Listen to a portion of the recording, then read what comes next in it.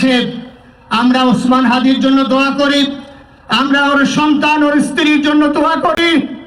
ওর সন্তান মাত্র 8 মাস বয়স, গতকালকে যখন ওর কাছে নিয়ে আসছে সবাই বাবাকে দেখাবে ওসমান হাদিকে। আমি বললাম কি লাভ হবে, ও তো কোনোদিন ওর বাবার চেহারা কথা বলতে পারবে না। ওর ছেলে আর কোনোদিন জানবে না যে আমার বাবা কেমন ছিল।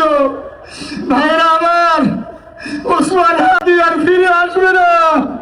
ওসমান, তুমি দেখে যাও, লক্ষ লক্ষ জনতা, তৌহিদি জনতা তোমার জন্য পাগল। ওসমান, তুমি মরো নাই, তুমি আমাদেরকে পাগল বানাই দিয়ে গেছ।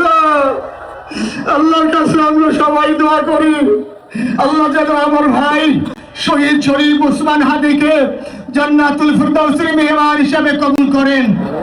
আল্লাহ তাআলার কাছে দোয়া করছি, আয় আল্লাহ তাআলা, আমরা যারা বেঁচে আছি ইমানের সাথে স্বাধীনতার সার্বভৌমত্ব রক্ষা করে তৌহিদের দ্বীপ বাংলাদেশকে যেন আমরা রক্ষা করতে পারি, সেই তৌফিক আল্লাহ তাআলা আমাদের নসিব করুন।